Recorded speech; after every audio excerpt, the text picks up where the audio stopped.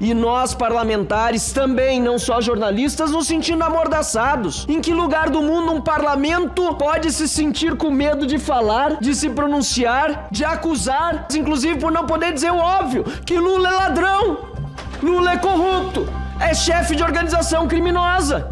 Eu respondo, nos lugares do mundo em que há ditadura. Mas realmente esperança foi o que ressurgiu após o seu trabalho, Michael, após a publicação dos Twitter Files e, obviamente, em particular, após a entrada de Elon Musk nessa discussão. A ditadura está exposta. Os ministros do Supremo Tribunal Federal, Flávio, não podem mais viajar ao mundo, Carla. Chegar em Paris, em Lisboa, em Massachusetts, onde quer que seja, dizendo que são defensores da democracia e da liberdade, porque agora está claro para o mundo todo quem eles realmente são: tiranos, ditadores. Nós estamos aqui para que tenhamos noção das horas que passam sem que percebamos, há quase 5 horas debatendo esse tema aqui no Senado. Uma audiência pública rica em informação, em debate e em posicionamento de todos aqueles que são a favor das liberdades no Brasil. Eu queria até começar lamentando o fato de não termos ninguém da esquerda vindo aqui debater liberdade. Gostam tanto de falar que são a favor de liberdade, etc., mas na hora em que se realiza uma audiência pública como essa, não aparece. Eu quero fazer aqui uma menção muito especial ao Michael por ter atendido ao nosso convite para ficar no Brasil. Ele estava com viagem marcada no domingo passado para voltar aos Estados Unidos, porque nada disso, obviamente, estava previsto.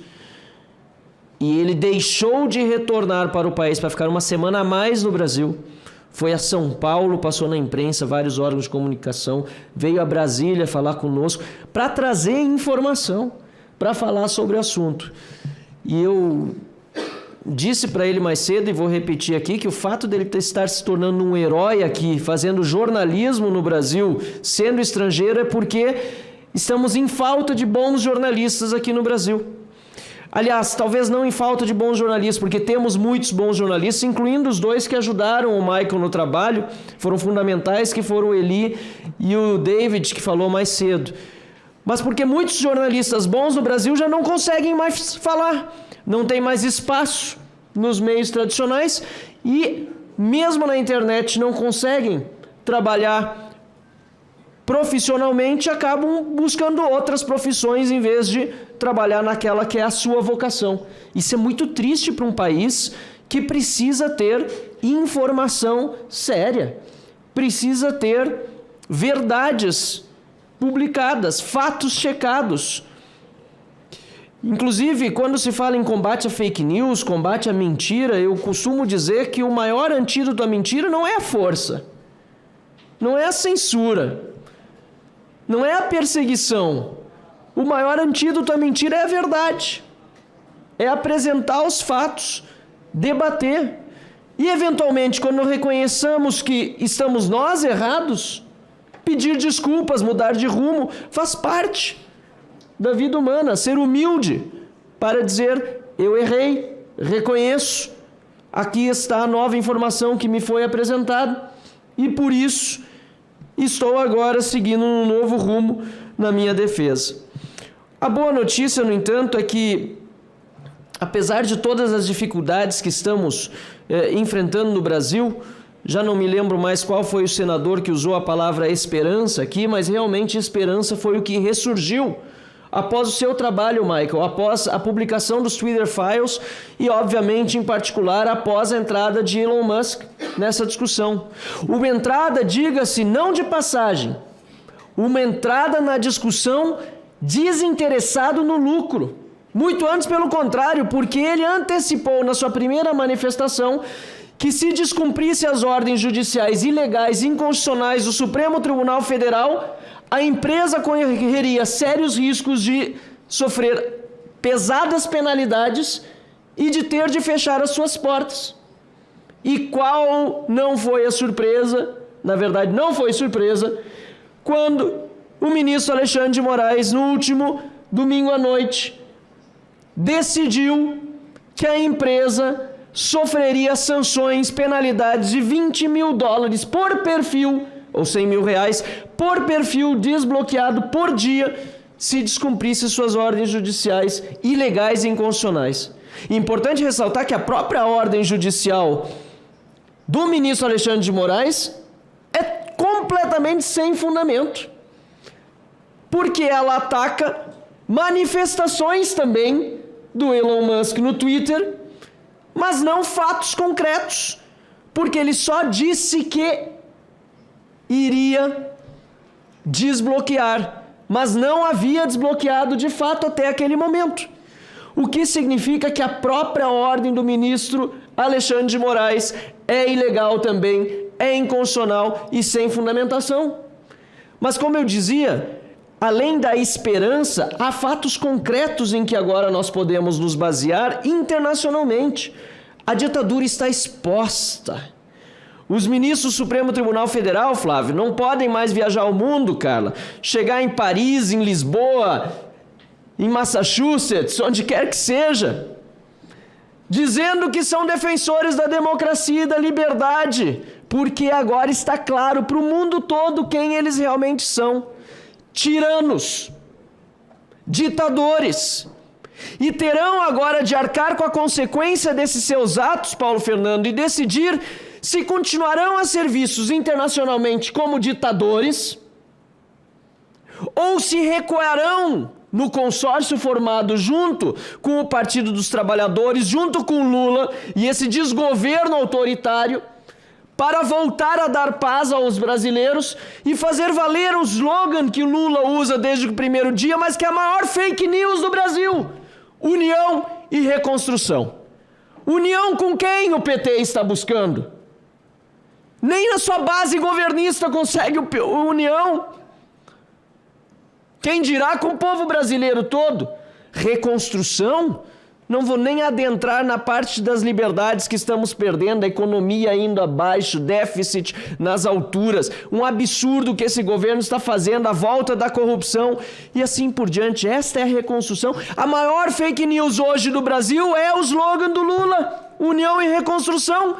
E o que o STF está fazendo a esse respeito? Já deu prazo de 48 horas para o Lula explicar o slogan mentiroso do PT? Nada. Absolutamente nada. E nós, parlamentares, também, não só jornalistas, nos sentindo amordaçados. Em que lugar do mundo um parlamento pode se sentir com medo de falar, de se pronunciar, de acusar o Poder Executivo ou Judiciário porque somos o órgão controlador da República? Eu respondo: nos lugares do mundo em que há ditadura. E não adianta tapar o sol com a peneira, porque a esquerda marxista odeia parlamentos. Está na gênese do marxismo chamar a democracia representativa de um instrumento da burguesia. Eu sei, é velha a palavra, é antiga, nem cabe nos tempos atuais, mas é velho e anacrônico o marxismo e a ideologia que dá sustentação a este governo corrupto e incompetente. E também os ditadores odeiam a imprensa livre, odeiam a opinião que lhe desagrade. No fundo, odeiam o povo. Querem governar sozinhos. Querem retirar a liberdade do cidadão, do mais simples, inclusive, doutor Ezequiel, que foi protestar com uma Bíblia, uma bandeira do Brasil naquele dia, e jamais poderia imaginar que aconteceria um vandalismo daquele tipo, e a maioria sequer participou das ações que devem sim ser reprovadas quando envolvem agressão física ou depredação, mas a maioria sequer participou disso. Estavam ali, como você muito bem disse, e isso é fundamental entendermos, estavam ali porque também sentiam-se reprimidos por não poderem dizer o óbvio, que a eleição foi desequilibrada para um lado, por força de vontades particulares dentro do TSE, do STF, no establishment, na imprensa e assim por diante. Sentiam censurados, inclusive, por não poder dizer o óbvio, que Lula é ladrão, Lula é corrupto, é chefe de organização criminosa. Nem os jornalistas da Jovem Pan, Michael, podiam dizer isso. Foram censurados pelo Tribunal Superior Eleitoral, mas ele nunca foi absolvido. Os processos foram anulados, mas o dinheiro foi encontrado. Os pedalinhos dos netos do Lula estavam lá, no sítio de Atibaia. A antena da Oi que foi colocada lá no tudo, corrupção, o triplex e assim por diante.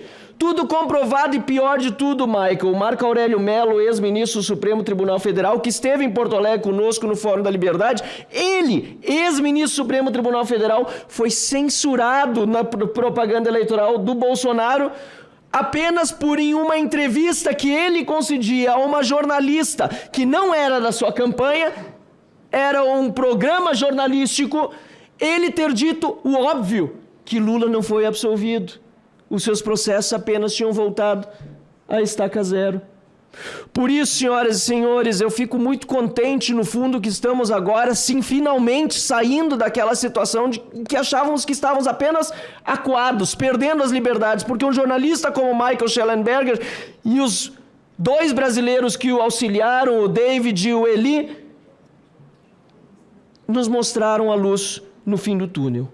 E essa luz no fim do túnel significa defender incondicionalmente as nossas liberdades. Se um americano decidiu ficar aqui no Brasil essa semana para nos auxiliar, mais motivação devemos ter nós brasileiros de defendermos o nosso país. Essa é a verdade. Nós temos essa responsabilidade, porque, como eu sempre digo, eu não quero viver em outro país, eu quero viver em outro Brasil. Um Brasil verdadeiramente democrático, verdadeiramente livre, verdadeiramente justo. Mas a responsabilidade de fazer esse meu país um Brasil melhor é minha, sobretudo. Com a ajuda desses amigos, mas é minha, sobretudo. Levando a informação para fora, os amigos que estão em Bruxelas, nós que estivemos em Washington, e importantíssimo, alguns caçoaram, diziam que era absurdo nós sairmos daqui para levar a informação para fora. Os resultados agora estão, felizmente, aparecendo. Parabéns ao Senado da República, senador Marcos Pontes, em teu nome, também do senador Magno Malta. Em especial, quero, para concluir, fazer uma referência que precisa ser feita. Senador Rogério Marinho e líder da oposição na Câmara, Felipe Barros, e a líder da minoria, Bia Kicis. Os 3, no domingo ainda, quando Michael decidiu ficar no Brasil, aliás, no sábado à noite ainda, meia-noite, conversamos com Bia e Felipe Barros, e no domingo junto com o senador Rogério Marinho. E incondicionalmente disseram, nós o receberemos em Brasília, bem receberemos e queremos discutir esse tema. Em nenhum momento nos deixaram para trás. E aqui estamos hoje realizando essa belíssima audiência pública para voltar a dar esperança para o povo brasileiro de dias melhores. Muito obrigado, Michael, e conte com a gente aqui também no Brasil. Você com certeza, se já não era ou não se considerava, pode considerar-se, pelo menos informalmente, quem sabe um dia formalmente, cidadão honorário brasileiro. Conte conosco.